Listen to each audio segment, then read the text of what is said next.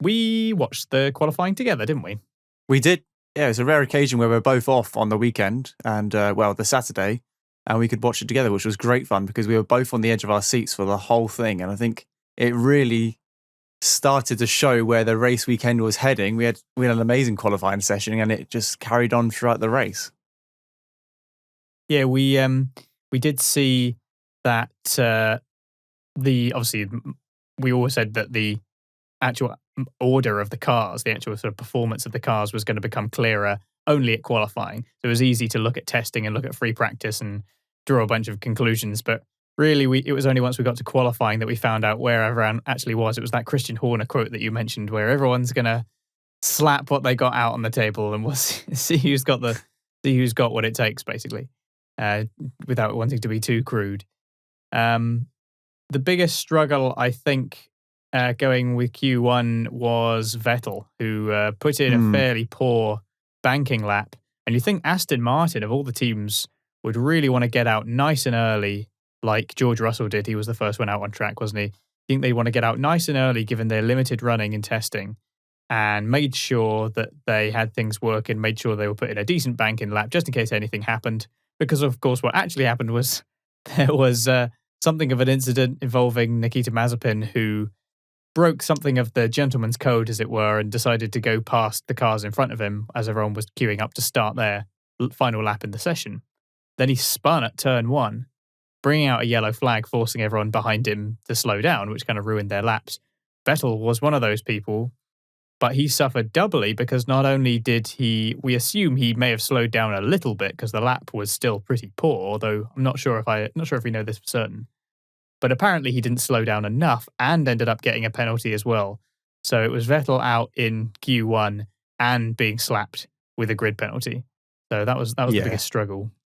It was very interesting because I expected a team like Aston Martin, who had limited running in free practice. Well, not necessarily limited running in free practice, but in pre-season testing. They had no idea where their respected pace was throughout the grid. So actually getting out early, setting a competitive banker lap to make sure they could reach into Q2, I thought would have been crucial for a team who had no idea where they would end up in the standings. They could have been fighting for 9th or 10th or 11th place. And it's the difference between getting a good lap in straight away and securing that Q2 appearance and not being able to. It was a very strange move for a team which had, probably going into this weekend, was one of the biggest unknowns of the grid. Everyone else had a fairly smooth pre-season testing and relatively okay, practice sessions leading into the weekend. The weather conditions at practice didn't really allow for much, spectacle on who was going to be the fastest, who was going to be the team struggling. And of course, it being the first race of the year, no one's going to show their true pace until qualifying.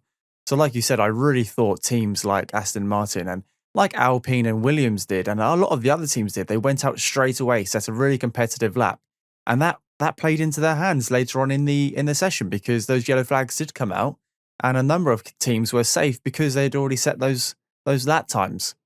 It's a shame because both of us, we said last year, it's a fresh start for Vettel. We mentioned it in pre-season testing when we did that roundup video, that it's a fresh start. It's a good opportunity for Vettel to clear his head and enjoy racing again.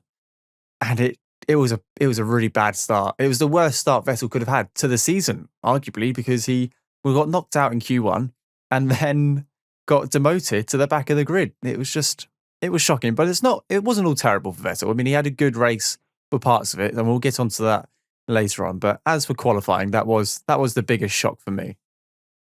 We also saw some impressive results for Tsunoda, who I think will probably be pretty disappointed with starting P13, because the lap that he put in Q1 was a 1:30.6, which is pretty much the same time that Stroll set to get P10 in Q3. So yeah, he probably might be a bit disappointed that his second main or second fastest lap in Q2 wasn't quite as good, and he ended up that much further down. But otherwise he was very spirited and continued what was a very positive rookie performance. You wouldn't think he was a rookie the way that he was behaving. So, no, not in at the best all. possible way. So yeah, he was doing very well there. Russell, Mr. Saturday, continued it. Managed to start P15, put in a very good lap. And Also, we saw Verstappen eventually ended up getting his back-to-back poles. I'm not sure how I feel about that. I mean, it's sort of back-to-back, although they're so far It's a bit apart. cheap, It isn't it? doesn't It's a really bit feel like cheap. it's quite the same, does it? It's a complete separate season. And yeah, it just feels a bit cheap. Yes, they are consecutive polls, but it's over the space of a year, so it's not really the same. Alonso did very well as well, looking at his lap times. So very competitive in all 3 sessions, and obviously that's what we come to expect from Fernando Alonso. I kind of wondered whether he would have had the pace with that car. He's had a couple of years out of Formula One. I know he's still raced throughout those years, but I was wondering where he would sit amongst the grid. But actually, to my surprise, or not, he's just jumped in that car, put in a great performance because his teammate was down in P16. He put it in P9. The guy's still got it. The guy has still got it without a doubt. So I know before this season I was a bit gutted because Fernando Alonso's coming back, and it's nothing against the man himself. He's a legend in his own right. But we want to see new and upcoming drivers like Yuki come through and show what they have. But actually having Alonso back on the grid, it was a little bit special for someone who's been watching the sport for about 15 years. It felt right. I don't know. How do you feel about it? Alonso back on the grid really quickly. Yeah, well, he's been very consistent throughout the whole weekend and throughout testing as well. He looked very comfortable, like he'd never really been away. So wasn't too much of a surprise to see him continuing to be competitive. Relative to Ocon, I think Ocon was caught a bit short with the yellow flag incident as well. So he was also unfortunate not to do better. And the other major talking point out of qualifying, I think, was Red Bull, who made a bit of an error sending out Perez on the mediums when the others ahead of them went out on softs. They thought that it was going to be enough to put them through, and ultimately it wasn't. So Perez ended up falling much further back than he would have wanted, and he ended up qualifying P11. Yep. So that was much lower down than they really wanted it to be. Obviously, they felt that the pace in the car could have easily put him on second row or something at the very least. So a bit disappointing for them. But qualifying, the end result was that Max Verstappen continued his domination.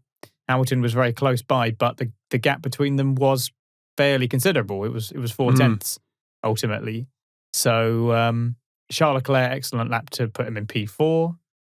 Did a similar thing last time they were in Bahrain, so he clearly has a handle on this track.